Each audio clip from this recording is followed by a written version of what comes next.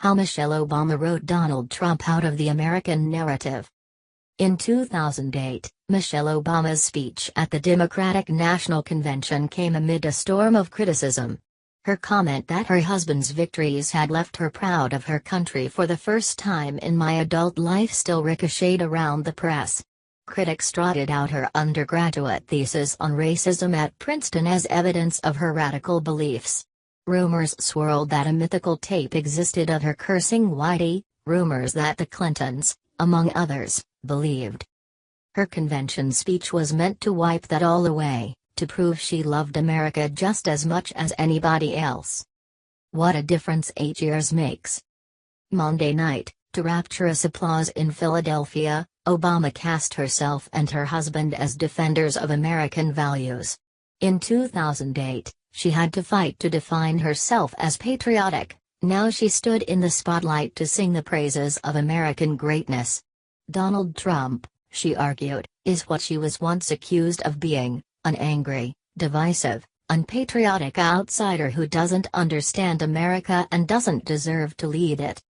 Don't let anyone ever tell you that this country is not great, Obama said at the climax of her speech. That somehow we need to make it great again. Because this right now is the greatest country on earth. And as my daughters prepare to set out in the world, I want a leader who is worthy of that truth. She wasn't there to rally the base. She didn't even need to mention Trump's name. Her goal was much bigger. She was there to claim the mantle of unifying American values, not left or right, not Democrat or Republican, just as her husband did 12 years ago in his own breakout speech. She positioned herself and Hillary Clinton in the mainstream, and Trump far outside it. Whatever criticism Republicans have of the Obamas, it's customary to agree that they're good parents. And Obama leaned heavily on that, making an argument about family values and personal character rather than policy. Republicans have practically trademarked the phrase family values. But despite several appearances from Donald Trump's children, values-based arguments were practically absent at the Republican convention.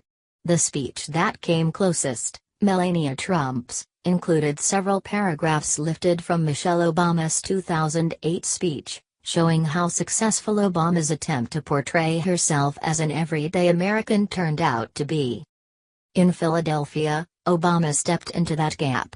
She argued that Americans were at their best when they were parents, and parenthood is what can bring people together. That is how we have always moved this country forward, by all of us coming together on behalf of our children, she said.